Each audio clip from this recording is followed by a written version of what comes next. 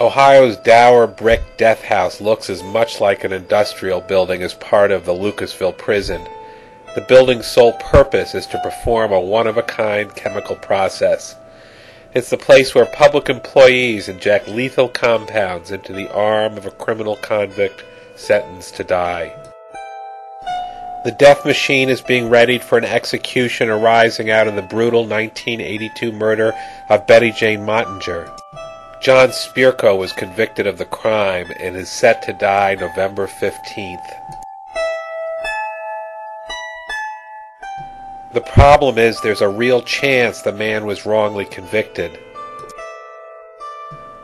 Former FBI Director William Sessions put it this way in his plea that Governor Bob Taft grant clemency.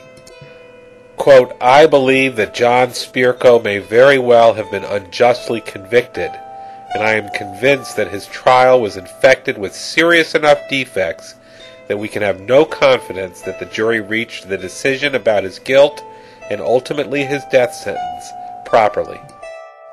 The governor is Ohio's last line of defense against wrongful execution.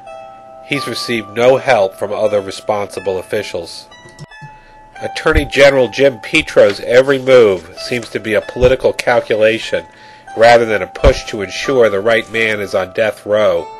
A majority of the parole board has shown haplessness bordering on incompetence. They all know Mr. Spirko's criminal case was plagued with gaps and inconsistencies, but they've ignored them. The parole board's report to the governor offers no practical guidance on whether this execution might be a mistake. All have allowed the death machine to move ahead unimpeded while they look away. Governor Taft can grant clemency and commute the death penalty to life in prison, and that's exactly what he should do. Because no scientific, forensic, or physical evidence links John Spirko with the Mottinger murder. The case was based on handwritten notes of prison interviews conducted by an erratic postal inspector who was the state's star witness. The eyewitness who supposedly placed Mr. Spirko near the crime scene was only 70% sure of his account. Prosecutors said Mr. Spirko had an accomplice. That theory later disintegrated. Another suspect surfaced in the 1990s. The case was referred to federal authorities, but they never investigated if a man had been wrongly convicted. John Spirko had killed before and isn't deserving of much sympathy.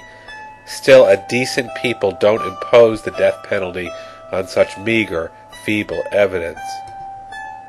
When they do, they too end up with blood on their hands.